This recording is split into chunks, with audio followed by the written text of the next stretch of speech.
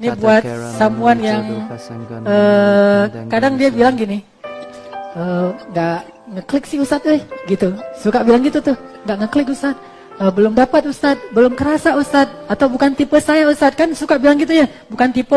Ternyata bisa jadi yang bukan tipe saya itu lebih baik buat kita. Jadi jangan buat syarat yang nggak dibuat oleh Nabi deh.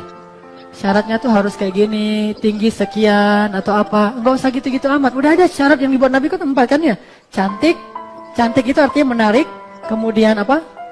Berharta, arti berharta ini enggak harus kaya raya, tetapi dia bisa ngelola harta. Kemudian nasab, anak orang baik-baik. Dan yang paling penting itu akhlak atau agama. Udah aja, kalau akhlaknya baik, apalagi udah rajin ke ta'lim, insya Allah udah aja, nggak usah terlalu banyak persyaratan.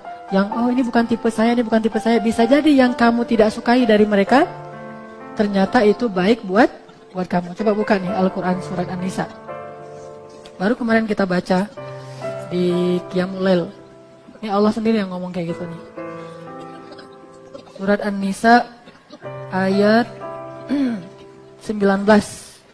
Di akhir ayat 19.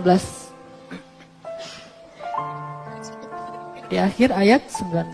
فَإِنْ كَرِهْتُمُوهُنَّ فَعَسَىٰ أَنْ تَكْرَهُوا شَيْئًا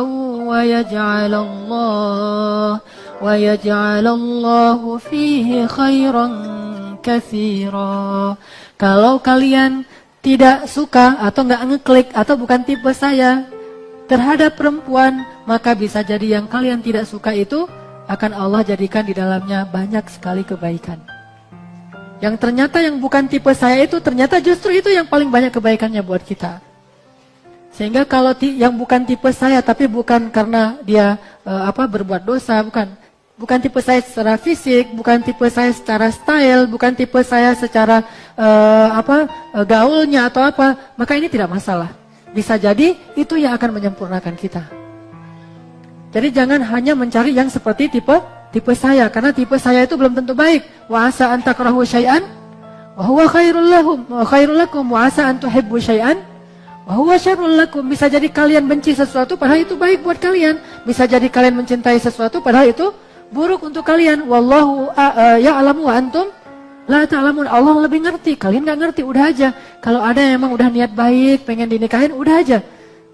Jangan bilang bukan tipe saya. Kalau memang udah udah cocok nih, kira-kira face-nya, penampilannya, udah good looking, udah sesuai dengan selera kita, udah aja. Gak usah terlalu banyak persyaratan. Itulah rahasia kenapa saya alhamdulillah dulu habis lulus dari kuliah langsung nikah. Gak terlalu banyak, milih, langsung saya bilang ke Ustadz, saya mau pulang ke Aceh. Kenapa? Pengen nikah. Udah gak usah pulang, saya cariin di sini. Terus diperkenalkan sama Ustadz, kenalannya tuh agak-agak nggak keren gitu, bukan kenalan di halakoh, kenalan di masjid, enggak, kenalannya itu di lagi beli kebab. Ustadznya lagi beli kebab terus manggil saya, Hanan kesini gitu. Terus dia udah gitu juga, saya datang biasa aja kan dengan penampilan yang saya kira nggak mau dikenalin, mau ketemu Ustadz doang, jadi penampilan saya biasa-biasa aja. Pas ngelihat ternyata ini nih, gimana menurut kamu? Aduh, kan saya nggak pede banget kan penampilannya. Lagi gitu, itu lagi nggak jelas gitu. Saya belum, dulu saya kan kalau di Mesir kalau mau ke kampus masih suka jaga-jaga penampilan pakai gel gitu. Terus bahkan saya pernah ada masa-masa udah pakai gel terus digini-giniin. Masa rambut saya tuh nggak jelas gitu, ditarik-tarik. Udah gitu wangi terus. Dulu saya suka fitness, cuma kempes lagi gara-gara udah males fitness apa segala macam. Pas mau dikenalin sama Ustaz justru masa-masa saya lagi acak-acakan. Tetapi alhamdulillah istri saya ini luar biasa. Dia yang justru menerima saya apa adanya, bukan saya menerima dia apa adanya. Dia bilang, ya saya mah terserah Ustadz, kan diamnya seorang perempuan itu berarti ya. Nah tinggal di saya nih. Saya langsung waktu itu ngirimin dia 1 bait lagu dari Melly Guslow waktu itu.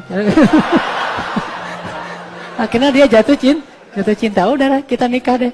Alhamdulillah sampai sekarang dikaruniai putra putri dan ini rahmat dari Allah Subhanahu Wa Taala. Jadi jangan banyak syarat, udah aja yang bukan tipe kita asalkan bukan melanggar syariat itu insya Allah jadi kebaikan. Lanjut.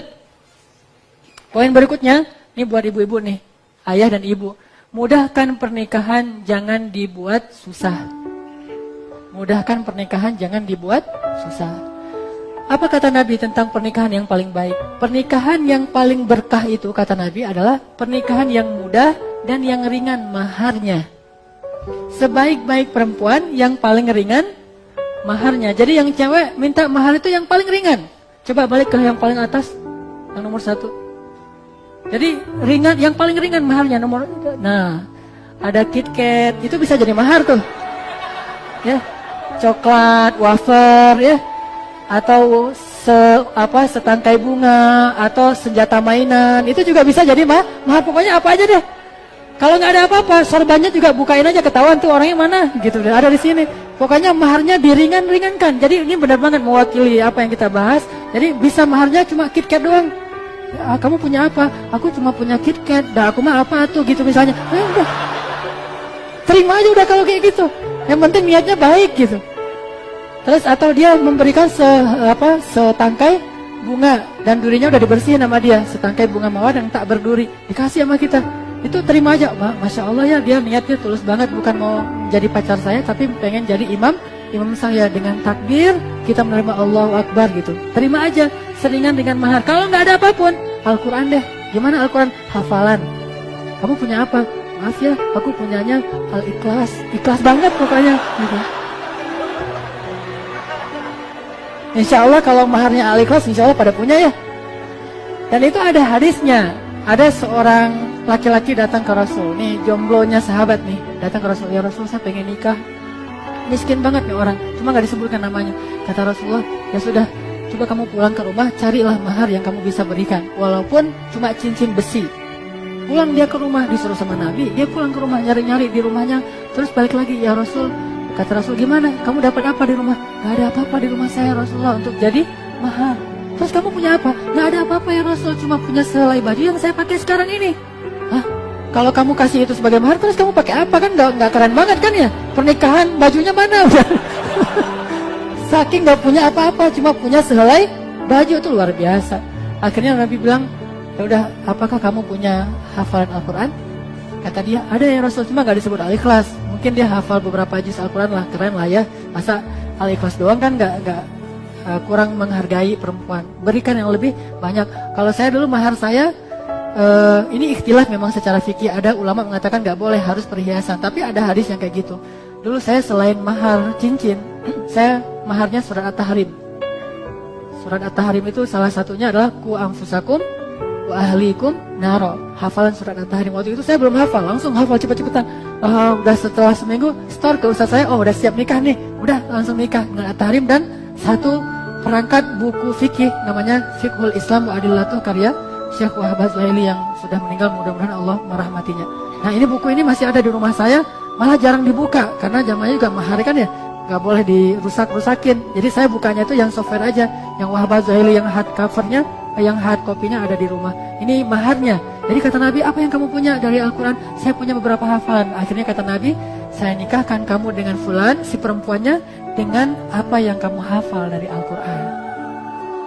Jadi ayo, siapa yang mau hafal surat At-Tahrim, datang ke saya store, insya Allah udah siap tuh. At-Tahrim, Al-Muluk, Ar-Rahman, Al-Ankabut udah tuh, Al-Ankabut 1. Jadi apa aja mudah kan, yang perempuan juga gitu. Kalau dia tanya, saya kasih apa maharnya buat kamu? Apa yang kamu bisa aja gitu. Gak usah bilang, kalau mahar sih, kalau bisa sih Al-Fat gitu. Terus juga rumahnya satu villa misalnya, nggak usah gitu-gitu amat.